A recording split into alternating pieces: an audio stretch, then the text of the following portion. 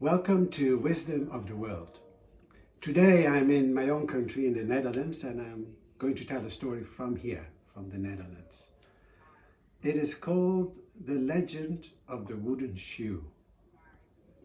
It's about always following your intuition. And it goes like this.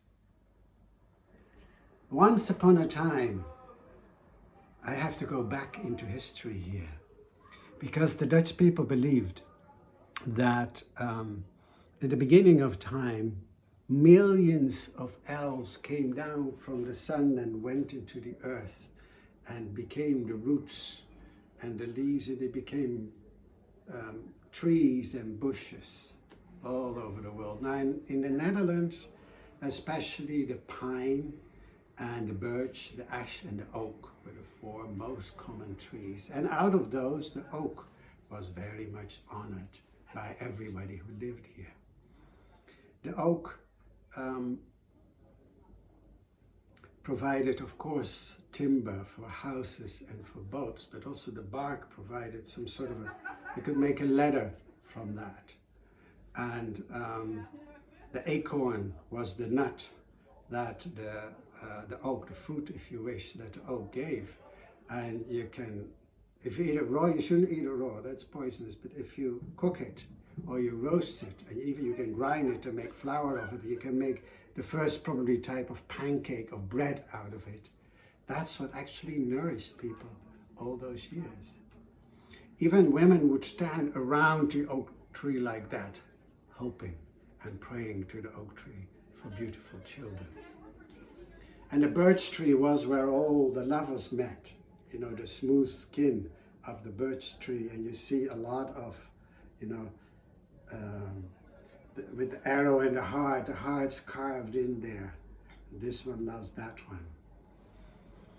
The oak tree also was where man and women made their vows. And man also made their vows to go fight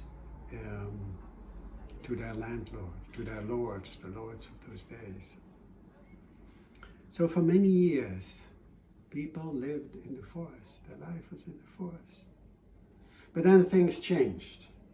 Cows came, sheep came, horses came, and they needed, places to graze. They needed places, to plant fields, meadows for the horses. So people started to cut down the trees. And in those days, Holland was called Holtland, which basically means woodland. It was a wooden area. But after the change came, and this is, we're talking about 1,000, more than that, years ago. People changed. And people, they no longer seek the darkness of the forest, but more the lightness, of the open field. And the trees were cut.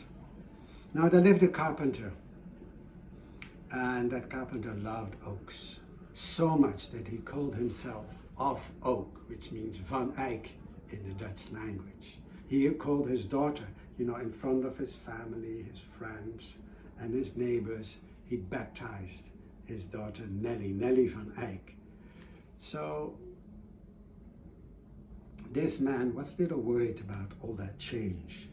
He thought, this is going too fast. Change is going too fast.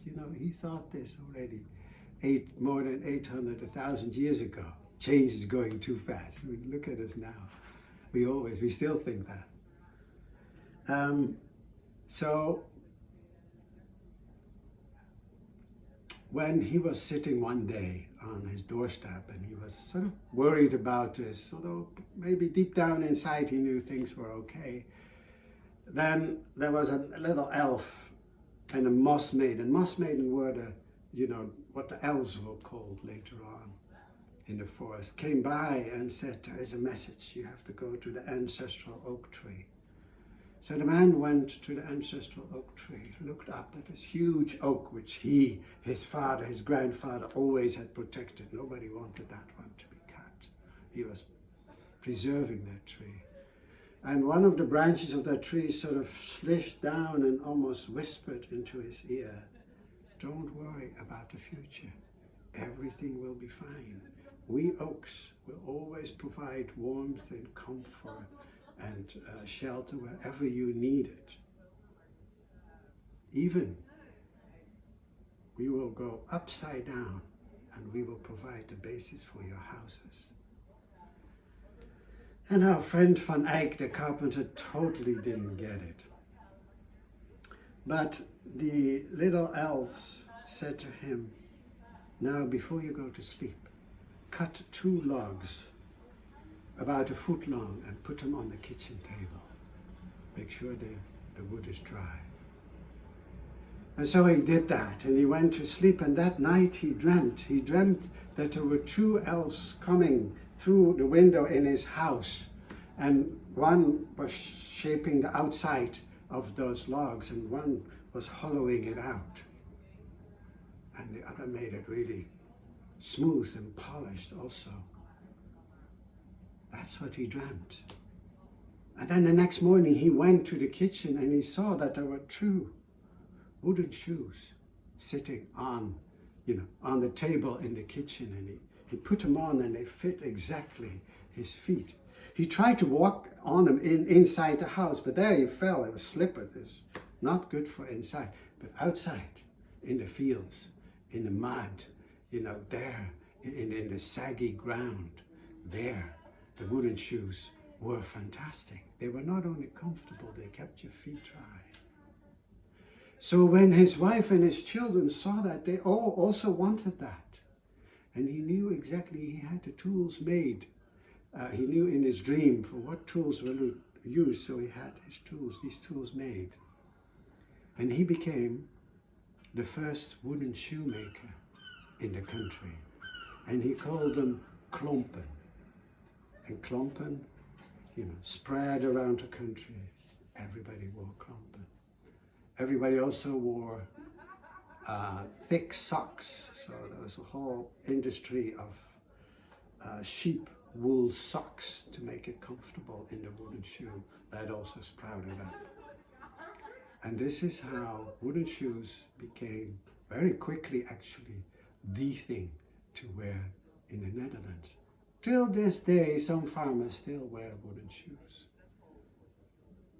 Now, why am I telling you this story? Because deep down, this guy, of course, was also our friend Van Eyck, the carpenter, was comforted by the big ancestral oak tree. But basically, he also always had kept his trust.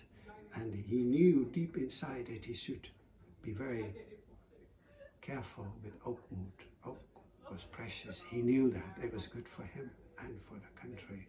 So trust your intuition. Things may not work out exactly how you think they will, but they will work out for the good. Thank you.